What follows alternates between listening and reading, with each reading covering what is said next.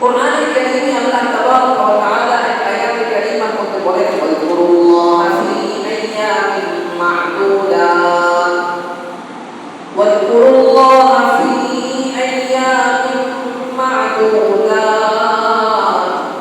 আল্লাহ পাক বলেন তোমরা আল্লাহকে স্মরণ করো নির্দিষ্ট কিছু দিনে, নির্দিষ্ট কয়েকটা দিনে আল্লাহ পাককে স্মরণ করো। এই কয়েকটা দিনে যে আল্লাহ পাক বললেন আল্লাহ পাককে স্মরণ করতে, নির্দিষ্ট কয়েকটা দিনে আল্লাহ পাককে স্মরণ করবো, সেই নির্দিষ্ট কয়েকটা দিন কি? কোরআনে কারীমে আল্লাহ পাক বললেন বান্দা তোমরা আমি আল্লাহ পাককে স্মরণ করো নির্দিষ্ট কয়েকটা দিন। এই নির্দিষ্ট কয়েকটা দিন দ্বারা উদ্দেশ্য কোন কোন দিনে আল্লাহ পাককে স্মরণ করবো? সারা বছর কি আল্লাহ পাককে আমরা স্মরণ করবো না? সারা বছর কি আল্লাহর জিকির আমরা করবো না? আল্লাহকে ডাকবো না?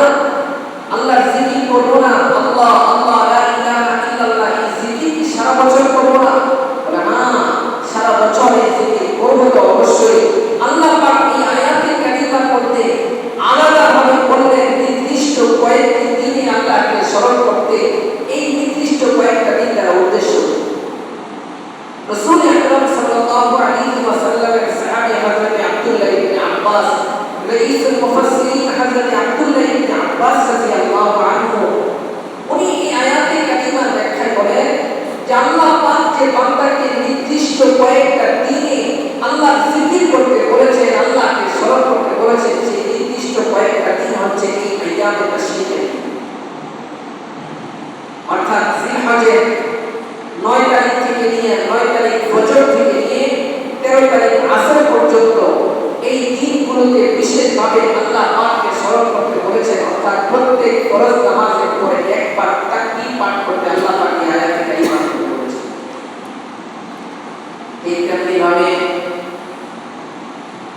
বিশিষ্ট তাবিঈ হযরত ইকরিমা রাহমাতুল্লাহি আলাইহি তিনি ওই আয়াতে কারিমার ব্যাখ্যায় বলেন আল্লাহ পাক যে নির্দিষ্ট কয়েকটা দিনে আল্লাহ পাককে জিকির করতে বলেছেন, নির্দিষ্ট কয়েকটি দিনে আল্লাহ পাককে স্মরণ করতে বলেছেন, সেই নির্দিষ্ট কয়েকটি দিন দ্বারা কোন দিন উদ্দেশ্য?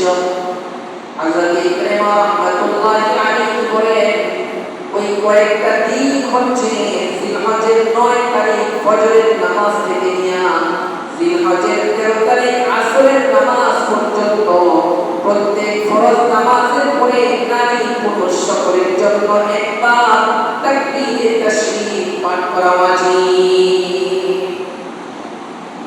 হযরত ইকরিমা রাহমাতুল্লাহি আলাইহি বলেন সুতরাং প্রত্যেকটা নারী পুরুষ যখন এই জিলহজের 9 তারিখ আসবে, জিলহজের 9 তারিখ ফজরের নামাজের পর থেকে তাকবীরে তাশরীক পাঠ করতে শুরু করবে।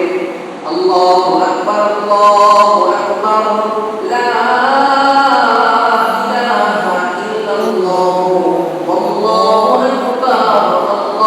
আকবার ওয়া লিল্লাহিল হামদ।